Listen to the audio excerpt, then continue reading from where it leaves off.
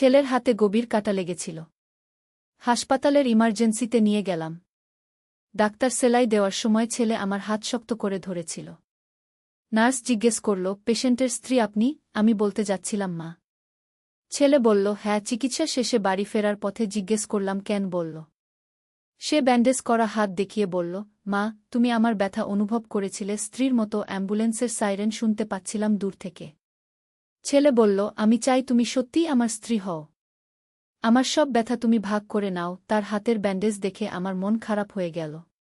সে আমার কাঁধে মাথা রেখে বলল, মা, আমি সুস্থ হলে তুমি আমাকে বিয়ে করো। হাসপাতালের করিডোরে অনেক রোগী শুয়ে আছে। ছেলে বলল, তাদের মতো আমিও তোমার ভালোবাসার জন্য অসুস্থ। প্রেসক্রিপশনের কাগজ আমার হাতে কাঁপছিল। এই গল্পটি সম্পূর্ণ শুনলে আপনাদের পানি অটোমেটিক বের হয়ে যাবে, সো যত দ্রুত সম্ভব হাতের কাছে টিস্যু নিয়ে বসে পড়ো। বিছানার চাদর যেন নষ্ট না হয় সেটা সম্পূর্ণ খেয়াল রাখার অনুরোধ জানিয়ে গল্পটি এখন শুরু করব। তার আগে সর্বশেষ অনুরোধ, দয়া করে এমন পানি বের করার গল্প নিয়মিত শুনতে আমাদের চ্যানেলটি সকলেই সাবস্ক্রাইব করুন। ধন্যবাদ। হ্যালো বন্ধুরা, আমার নাম রুমানা খান। আমার বয়স ৪৪ বছর। আমার স্বামীর নাম সাইফুল ইসলাম, বয়স ৪৬ বছর। আমাদের ২ সন্তান, রায়ান আর শিমুল। রায়ান ২১ বছর বয়সী, বিশ্ববিদ্যালয়ে পড়ে। শিমুল ১৪ বছর বয়সী, স্কুলে যায়। আজ যে গল্পটি বলবো সেটা আমাদের পরিবারের সাথে ঘটা একটি অদ্ভুত রহস্যের। গত মাসের কথা। রায়ান তখন কলেজের একটা প্রজেক্টের কাজে বাইরে গিয়েছিল। বাড়ি ফিরে এসে দেখি তার হাতে একটা গভীর কাটা। রক্ত ঝরছে অনেক। মা, আমার খুব ব্যথা করছে। রায়ান আমার কাছে এসে বলল। আমি দেখলাম তার ডান হাতের তালুতে প্রায় ৩ ইঞ্চি লম্বা একটা কাটা। রক্ত পড়ছে টপটপ করে। আমার মাথা ঘুরে গেল। সাথে সাথে তাকে নিয়ে হাসপাতালের ইমার্জেন্সিতে গেলাম। হাসপাতালে পৌঁছে ডাক্তারকে দেখালাম। ডাক্তার বলল, এটা বেশ গভীর কাটা। সেলাই দিতে হবে। সেলাই দেওয়ার সময় রায়ান আমার হাত শক্ত করে ধরেছিল। তার মুখে ব্যথার ছাপ। আমিও তার ব্যথা অনুভব করছিলাম। এমন সময় একজন নার্স এসে জিজ্ঞেস করল, পেশেন্টের স্ত্রী আপনি? আমি বলতে যাচ্ছিলাম, ক্ষমা গু। কিন্তু রায়ান আমার আগেই বলে দিল, হ্যাঁ গু। নার্স চলে গেলে আমি রায়ানের দিকে তাকালাম। কেন সে এমন বলল? চিকিৎসা শেষে বাড়ি ফেরার পথে জিজ্ঞেস করলাম, কেন বল আমি তোমার স্ত্রী? রায়ান তার ব্যান্ডেজ করা হাত দেখিয়ে বলল, মা, তুমি আমার ব্যথা অনুভব করেছিলে স্ত্রীর মতো। একজন মা সন্তানের ব্যথা অনুভব করেন ঠিকই, কিন্তু তুমি যেভাবে আমার পাশে ছিলে, আমার হাত ধরেছিলে, সেটা ছিল স্ত্রীর মতো। তার কথা শুনে আমার মন খারাপ হয়ে গেল। একজন মা হিসেবে আমি কি ঠিক করছি? নাকি অতিরিক্ত যত্ন নিচ্ছি? পথে যেতে যেতে হঠাৎ দূর থেকে অ্যাম্বুলেন্সের সাইরেন শুনতে পেলাম। রায়ান বলল, মা, আমি চাই তুমি সত্যিই আমার স্ত্রী হও। আমার সব ব্যথা তুমি ভাগ করে নাও। আমি চমকে গেলাম। রায়ান, তুমি কি বলছ? মা, আমি জানি এটা অদ্ভুত শোনাচ্ছে। কিন্তু আমার মনে হয় তুমি শুধু আমার মা নও। তুমি আমার আদর্শ নারী। আমি যখন কোনো মেয়ের কথা ভাবি, তোমার মতো করেই ভাবি। তার কথায় আমার গা শিউরে উঠল। রায়ান, এসব কি বলছো তুমি? আমি তোমার মা। হাসপাতালের করিডোরের কথা মনে পড়ল। সেখানে অনেক রোগী শুয়েছিল। রায়ান তখনও বলেছিল, তাদের মতো আমিও তোমার ভালোবাসার জন্য অসুস্থ। বাড়িতে এসে রায়ান তার রুমে চলে গেল। আমি রান্নাঘরে বসে ভাবতে লাগলাম। প্রেসক্রিপশনের কাগজটা আমার হাতে কাঁপছিল। কি হচ্ছে আমার ছেলের সাথে? সেদিন রাতে রায়ান আমার রুমে এসে আমার কাঁধে মাথা রেখে বলল, মা, আমি সুস্থ হলে তুমি আমাকে বিয়ে করো। আমি তাকে সরিয়ে দিয়ে বললাম, রায়ান, তুমি কি পাগল হয়ে গেছ? আমি তোমার মা। এসব কথা আর বলো না।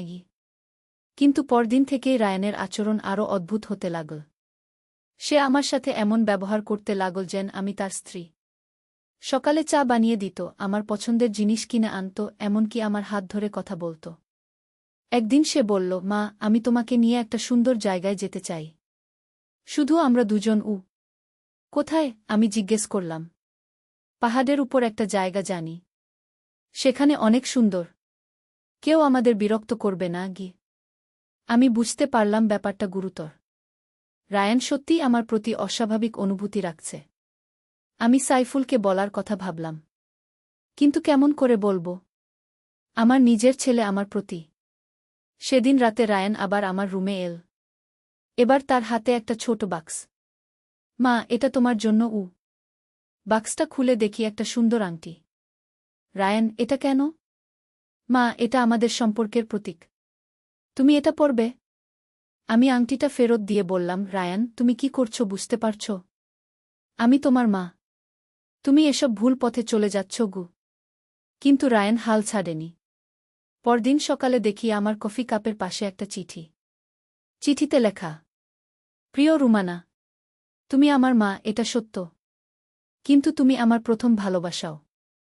আমি যখন থেকে বুঝতে শিখেছি, তোমাকেই ভালোবেসেছি। তোমার মতো নারী আর কোথাও খুঁজে পাব না। তুমি যদি আমার সাথে থাকো, আমি তোমাকে পৃথিবীর সবচেয়ে সুখী করে রাখব। তোমার রায়ান। চিঠিটা পড়ে আমার হাত পা ঠান্ডা হয়ে গেল।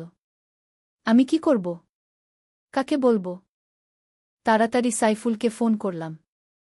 আজ অফিস থেকে তাড়াতাড়ি বাড়ি এসো, জরুরি কথা আছে। বিকেলে সাইফুল বাড়ি এসে জিজ্ঞেস করল, কি হয়েছে রুমানা? আমি সব বললাম। রায়ানের অদ্ভুত আচরণ, হাসপাতালের ঘটনা, চিঠি, সব। সাইফুল শুনে খুব রেগে গেল। এ কি? রায়ান এসব কি করছে? আমি বুঝতে পারছি না কি করব। রায়ানকে ডেকে কথা বলি। সন্ধ্যায় রায়ান কলেজ থেকে ফিরলে সাইফুল তাকে বসার রুমে ডাকল। রায়ান, তোর মায়ের সাথে তুই কি করছিস? রায়ান প্রথমে চুপ করে রইল। তারপর বলল, আব্বা, আমি মাকে ভালোবাসি। সে তো স্বাভাবিক। কিন্তু তুই যেভাবে ভালোবাসছিস সেটা ঠিক না। কেন ঠিক না? মা আমার সবচেয়ে প্রিয় মানুষ। আমি তার সাথে সারা জীবন থাকতে চাই। রায়ান, তুই কি বুঝতে পারছিস না? রুমানা তোর মা, তুই তার ছেলে।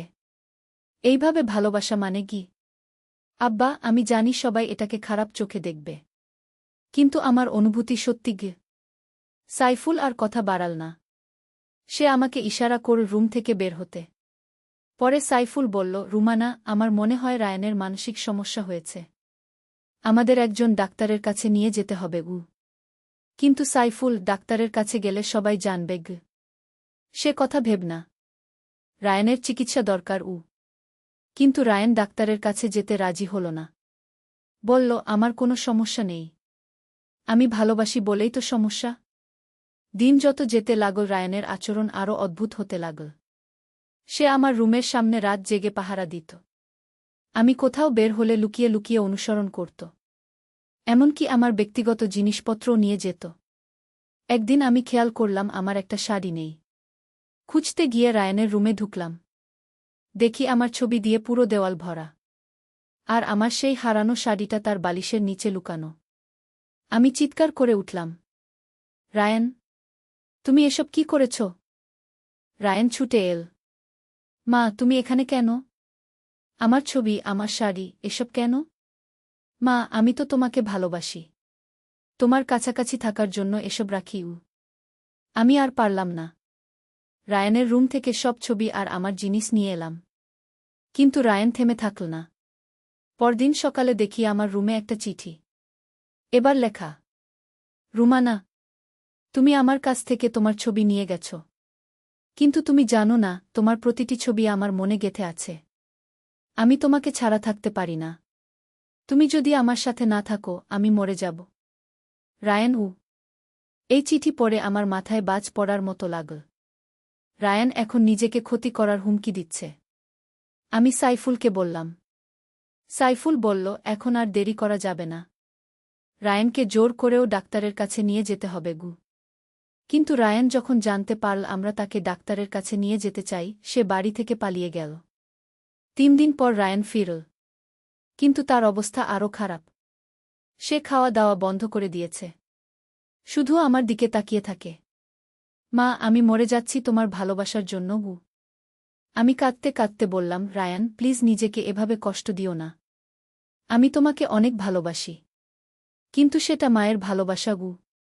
মা, তুমি যদি শুধু একবার বলো যে তুমি আমাকে স্ত্রীর মতো ভালোবাসো, আমি সুখে মরে যাব। আমি আর পারলাম না। রায়ানের সামনে কাঁদতে কাঁদতে ভেঙে পড়লাম। সেদিন রাতে আমি আর সাইফুল অনেক কথা বললাম। সিদ্ধান্ত নিলাম রায়ানকে ঢাকার একটা বড় মানসিক হাসপাতালে নিয়ে যাব। পরদিন সকালে যখন রায়ানকে বললাম, সে খুব রেগে গেল। আমি পাগল না। আমার কোনো মানসিক সমস্যা নেই। আমি শুধু তোমাকে ভালোবাসি। রায়ান, তুমি ডাক্তারের কাছে গেলে সুস্থ হয়ে যাবে। আমি যাব না। তুমি যদি আমার সাথে থাকো, আমার কোনো চিকিৎসার দরকার নেই। কিন্তু সাইফুল জোর করে রায়ানকে ঢাকায় নিয়ে গেল। ডাক্তার রায়ানকে পরীক্ষা করে বললেন, এটা একটা জটিল মানসিক সমস্যা। ছেলেটার মায়ের প্রতি অস্বাভাবিক আসক্তি তৈরি হয়েছে। চিকিৎসা করলে ভালো হয়ে যাবে। রায়ানকে হাসপাতালে ভর্তি করা হল। প্রথম কয়েকদিন সে খুব অস্থির ছিল।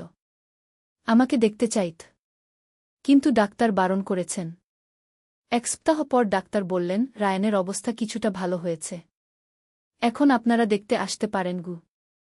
আমি আর সাইফুল রায়ানকে দেখতে গেলাম। দেখি রায়ান অনেক চুপচাপ। আমাকে দেখে শুধু বলল, মা, আমি কি সত্যিই অসুস্থ ছিলাম? আমি তার মাথায় হাত বুলিয়ে বললাম, হ্যাঁ বাবা, কিন্তু এখন তুমি ভালো হয়ে যাবে। মা, আমি তোমার সাথে যে ব্যবহার করেছি সেটা কি ঠিক ছিল? না বাবা, কিন্তু তুমি অসুস্থ ছিলে। এখন সুস্থ হয়ে যাও। রায়ান কান্নায় ভেঙে পড়ল। মা, আমি তোমাকে কত কষ্ট দিয়েছি। 3 মাস চিকিৎসার পর রায়ান সুস্থ হয়ে বাড়ি ফিরল। এখন সে স্বাভাবিক। আমার সাথে আগের মতোই ব্যবহার করে। মায়ের মতো ভালোবাসে। একদিন সে আমাকে বলল, মা, আমি বুঝতে পারি না আমার কি হয়েছিল। কেন আমি তোমার প্রতি ওরকম অনুভূতি রাখছিলাম। রায়ান, সেসব ভুলে যাও। তুমি এখন সুস্থ। মা, আমি তোমাকে প্রতিজ্ঞা দিচ্ছি, আর কখনো এমন কিছু করব না যাতে তোমার কষ্ট হয়। আজ রায়ান আবার কলেজে ফিরে গেছে। পড়াশোনায় মন দিয়েছে। এমনকি একটা মেয়ের সাথে বন্ধুত্বও হয়েছে। কিন্তু আমি মাঝে মাঝে ভাবি, কি ভয়ানক অভিজ্ঞতার মধ্য দিয়ে গেলাম। আমার নিজের ছেলে আমার প্রতি। কিন্তু ভালো হয়েছে, রায়ান সুস্থ হয়ে গেছে। ডাক্তার বলেছেন এটা হরমোনের সমস্যা ছিল। কিশোর বয়সে অনেক সময় এমন হয়। মায়ের প্রতি অতিরিক্ত আসক্তি তৈরি হয়। চিকিৎসা করলে ভালো হয়ে যায়। এখন আমাদের পরিবার আবার স্বাভাবিক। রায়ান একজন ভালো ছেলে। সাইফুলও খুশি। শিমুলও আগের মতো হেসে খেলে। কিন্তু সেই রাতের কথা আমি কখনো ভুলতে পারব না, যখন রায়ান আমার কাঁধে মাথা রেখে বলেছিল, মা, আমি সুস্থ হলে তুমি আমাকে বিয়ে করো। এই ঘটনা আমাদের পরিবারকে অনেক কিছু শিখিয়েছে। আমরা বুঝেছি মানসিক স্বাস্থ্য কতটা জরুরি। এখন রায়ানের যত্ন নিই, কিন্তু সতর্ক থাকি যেন আবার কোনো সমস্যা না হয়। রায়ান এখন বলে, মা, আমি এখন বুঝতে পারি একজন মায়ের কত ধৈর্য থাকে। তুমি আমার সবচেয়ে কঠিন সময়ে আমার পাশে ছিলে। আমি বলি, এটাই তো মায়ের ভালোবাসা। সন্তান যতই সমস্যায় থাকুক, মা কখনো তাকে ছেড়ে যায় না।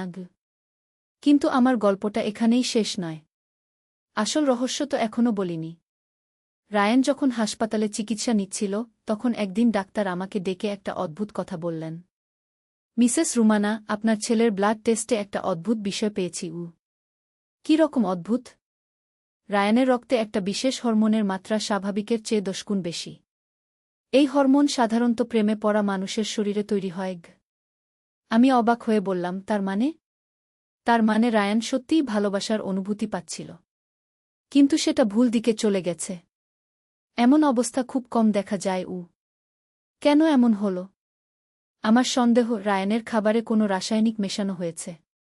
এমন কিছু ড্রাগ আছে যা মানুষের মস্তিষ্কের হরমোন ব্যালেন্স নষ্ট করে দেয়। ডাক্তারের কথা শুনে আমার মাথায় বাজ পড়ল। কে রায়ানের খাবারে ড্রাগ মিশিয়েছে? বাড়িতে ফিরে আমি সাইফুলকে সব বললাম। সাইফুল বলল, তাহলে কেউ ইচ্ছা করেই রায়ানের এই অবস্থা করেছে। কিন্তু কে করবে? আর কেনই বা? আমরা খুঁজতে লাগলাম কে আমাদের বাড়িতে আসা যাওয়া করে। তখনই মনে পড়ল আমাদের কাজের মেয়ে শিউলির কথা। শিউলি গত 6 মাস ধরে আমাদের বাড়িতে কাজ করছে। রায়ানের খাবার প্রায় সেই বানাত। কিন্তু শিউলি কেন এমন করবে? পরদিন আমি শিউলিকে ডেকে কথা বললাম। প্রথমে সে অস্বীকার করল। কিন্তু পরে যখন আমি পুলিশে দিয়ে দেওয়ার কথা বললাম, সে সব স্বীকার করল। আপা, আমি জানতাম না এতটা খারাপ হবে। কিন্তু কেন করেছিলে? আপা, আমি রায়ান ভাইকে ভালোবাসি। কিন্তু রায়ান ভাই আমার দিকে তাকায়ও না। আমি ভাবলাম যদি তার মন পাল্টে দিতে পারি। তুমি তার খাবারে কি মিশিয়েছিলে? আমার এক বন্ধু আমাকে একটা পাউডার দিয়েছিল। বলেছিল এটা খেলে মানুষ ভালোবাসায় পড়ে যায়। আমি ভেবেছিলাম রায়ান ভাই আমাকে ভালোবাসতে শুরু করবে গি, কিন্তু রায়ান তো আমাকে ভালোবাসতে শুরু করল গো। হ্যাঁ আপা, এটা আমিও বুঝতে পারিনি। হয়তো ড্রাগটা ভুলভাবে কাজ করেছে। রায়ান ভাই যার সবচেয়ে কাছের মানুষ, তার প্রতিই ভালোবাসা অনুভব করেছে গি। শিউলির কথা শুনে আমার রাগে গা জ্বলে গেল। তুমি জানো তুমি কি করেছ? আমার ছেলের কি অবস্থা করেছ? শিউলি কেঁদে কেঁদে বলল, আপা আমি জানতাম না। আমি ভুল করেছি। আমি শিউলিকে বাড়ি থেকে বের করে দিলাম এবং পুলিশে নালিশ করলাম। কিন্তু এখানেই শেষ নয়, আরও রহস্য বাকি। শিউলিকে পুলিশ ধরার পর জানা গেল তাকে এই ড্রাগ দিয়েছে একটা চক্র। এই চক্র বিভিন্ন বাড়িতে কাজের মেয়ে পাঠিয়ে পরিবারে অশান্তি সৃষ্টি করে। তারপর সেই পরিবার থেকে অর্থ আদায় করে। কিন্তু আমাদের কাছ থেকে তো কোনো অর্থ চাইনি গিয়ে আমি পুলিশ অফিসারকে বললাম। হ্যাঁ, কিন্তু তাদের প্ল্যান ছিল। তারা চাইছিল আপনার ছেলে যখন পুরোপুরি অসুস্থ হয়ে যাবে তখন তারা এসে বলবে যে তারা এর চিকিৎসা জানে। বিনিময়ে চাইবে একটা বড় অঙ্কের টাকা গু। তাহলে এটা একটা চক্রান্ত ছিল। হ্যাঁ, এরকম আরও 10টা পরিবারের সাথে তারা একই কাজ করেছে গি। আমি অবাক হলাম। তাহলে রায়ানের সাথে যা হয়েছে সেটা প্রাকৃতিকভাবে ঘটেনি। কেউ ইচ্ছা করে এই অবস্থা সৃষ্টি করেছে। পুলিশ সেই চক্রের মূল হোতাকে ধরে ফেল। জানা গেল সে একজন ভুয়া ডাক্তার। সে এইসব ড্রাগ তৈরি করে বিক্রি করত। এই ড্রাগের নাম কি? আমি জিজ্ঞেস করলাম। এটার নাম মাইন্ড কন্ট্রোল পিল। এটা খেলে মানুষের মস্তিষ্কের হরমোন ব্যালেন্স নষ্ট হয়ে যায়। মানুষ ভুল মানুষকে ভালোবাসতে শুরু করে কি। রায়ান যখন হাসপাতাল থেকে ছাড়া পেল আমি তাকে সব সত্যি বললাম। রায়ান শুনে খুব রেগে গেল। মানে আমি সত্যিকারে অসুস্থ ছিলাম না? আমার সাথে কেউ খেলা করেছে? হ্যাঁ রায়ান, তুমি আসলে কোনো দোষ করনি। তোমার খাবারে ড্রাগ মেশানো হয়েছিল গো। তাহলে আমার অনুভূতিগুলো নকল ছিল? না রায়ান, তোমার অনুভূতি সত্যি ছিল, কিন্তু সেগুলো কৃত্রিমভাবে তৈরি হয়েছিল গু। রায়ান অনেক কষ্ট পেল। মা, আমি তোমাকে কত কষ্ট দিয়েছি গু। রায়ান, তুমি দোষী নও। দোষীরা পুলিশের হাতে ধরা পড়েছে গু। এরপর আমরা জানতে পারলাম এই চক্র আমাদের এলাকার আরও কয়েকটা পরিবারকেও টার্গেট করেছিল। তাদের বাড়িতেও কাজের মেয়ে পাঠিয়ে একই কাজ করেছে। আমাদের পাশের বাড়ির মিসেস আক্তারের সাথেও একই ঘটনা ঘটেছিল। তার ছেলে হঠাৎ করে মায়ের প্রতি অস্বাভাবিক আচরণ শুরু করেছিল। আমরা তো বুঝতেই পারিনি কি হচ্ছে কি মিসেস আক্তার বললেন। আমাদের ক্ষেত্রেও একই। আমরা ভেবেছিলাম রায়ানের মানসিক সমস্যা হয়েছে গি। কিন্তু ভালো হয়েছে, সত্যি বের হয়েছে গি। পুলিশের তদন্তে আরও ভয়ানক তথ্য বেরিয়ে এল। এই চক্র শুধু আমাদের শহরেই নয়, সারা দেশে এই কাজ করছিল। তারা প্রায় 200 পরিবারকে টার্গেট করেছে। এরা কেমন করে এত বড় চক্র তৈরি করল? সাইফুল পুলিশ অফিসারকে জিজ্ঞেস করল। স্যার, এদের একটা সুন্দর প্ল্যান ছিল। প্রথমে তারা বিভিন্ন এলাকায় কাজের মেয়ে পাঠায়। এই মেয়েরা বাড়ির সদস্যদের খাবারে ড্রাগ মেশায়। তারপর পরিবারে অশান্তি শুরু হলে তারা সেই পরিবারের কাছে যায় এবং বলে যে তারা এই সমস্যার সমাধান জানে গি। তারপর তারা বড় অঙ্কের টাকা দাবি করে। অনেক পরিবার ভয়ে সেই টাকা দিয়েও দেয় গু। কিন্তু আমাদের কাছে তো কেউ আসেনি গি। আপনাদের ক্ষেত্রে হয়তো সময় হয়নি। আপনারা তাড়াতাড়ি হাসপাতালে চিকিৎসা করিয়ে ফেলেছেন গু। এই ঘটনার পর আমরা বুঝলাম আমাদের কত ভাগ্য। যদি সময়মতো রায়ানের চিকিৎসা না করাতাম কে জানে কি হতো। রায়ান এখন সম্পূর্ণ সুস্থ। সে কলেজে ভালো ফলাফল করছে। এমনকি একটা মেয়ের সাথে তার ভালো বন্ধুত্ব হয়েছে। মা, আমি এখন বুঝতে পারি স্বাভাবিক ভালোবাসা কেমন লাগে কি। রায়ান একদিন আমাকে বলল, তুমি কি ভুলে গেছ সেই সময়ের কথা? না মা, ভুলিনি। কিন্তু এখন বুঝতে পারি সেটা আসল ভালোবাসা ছিল না। সেটা ছিল ড্রাগের প্রভাব। রায়ান এখন অন্যদেরও সাবধান করে। তার কলেজের বন্ধুদের বলে এইসব চক্র সম্পর্কে। মা, আমি চাই যেন আর কোনো পরিবারের সাথে আমাদের মতো ঘটনা না ঘটে গু। আমিও এখন আমাদের এলাকার মহিলাদের সাবধান করি। বলি কাজের মেয়ে নেওয়ার আগে ভালো করে যাচাই করে নিতে। যদি কখনো দেখেন আপনার পরিবারের কেউ হঠাৎ করে অদ্ভুত আচরণ করছে, তাড়াতাড়ি ডাক্তারের কাছে নিয়ে যাবেন খু। আমি সবাইকে বলি। এই ঘটনা আমাদের পরিবারকে আরও কাছে এনেছে। আমরা এখন একসাথে সব সিদ্ধান্ত নিই। রায়ান এখন আগের চেয়েও বেশি যত্নশীল। মা, আমি তোমার কাছে ক্ষমা চাই। রায়ান, তুমি দোষী নও। তুমি কিছু বুঝতেই পারোনি গে। কিন্তু তবু আমি তোমাকে কষ্ট দিয়েছি গু।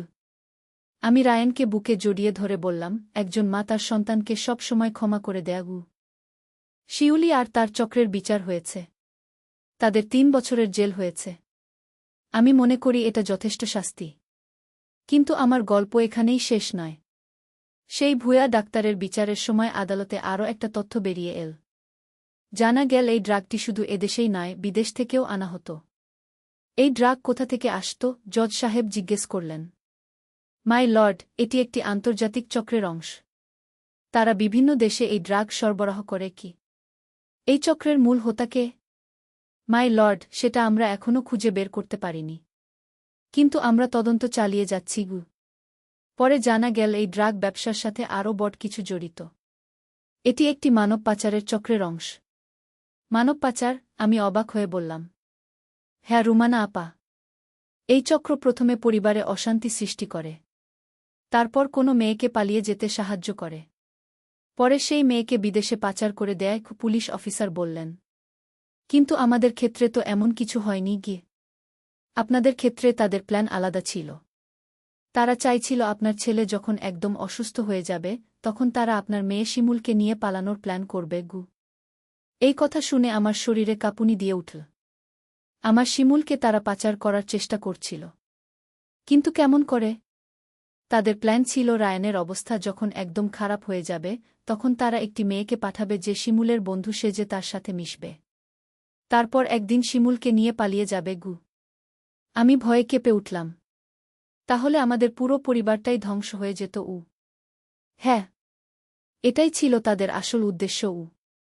সাইফুল বলল, সব ভাগ্যের কথা যে আমরা সময়মতো রায়ানকে হাসপাতালে নিয়ে গিয়েছিলাম গু।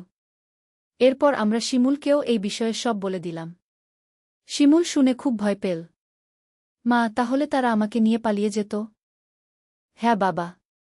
কিন্তু এখন তোমার আর কোনো ভয় নেই গু। শিমুল এরপর খুব সাবধান থাকতে লাগল।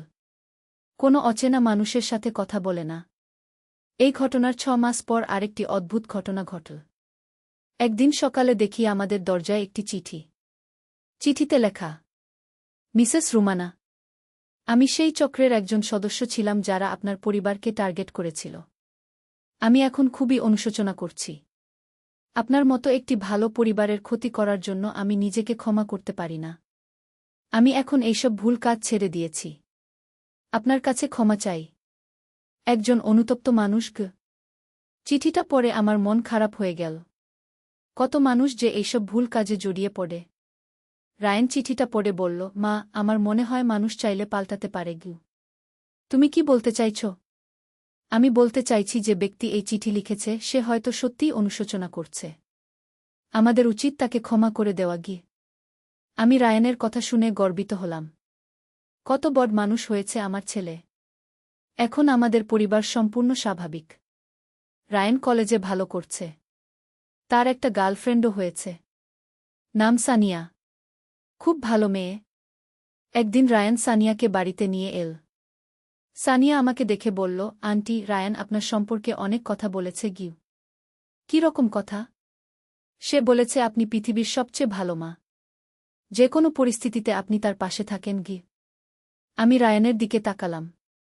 সে মিটিমিটি হেসে বলল, মা, আমি সানিয়াকে আমাদের সেই গল্প বলেছি গু। সব বলেছ?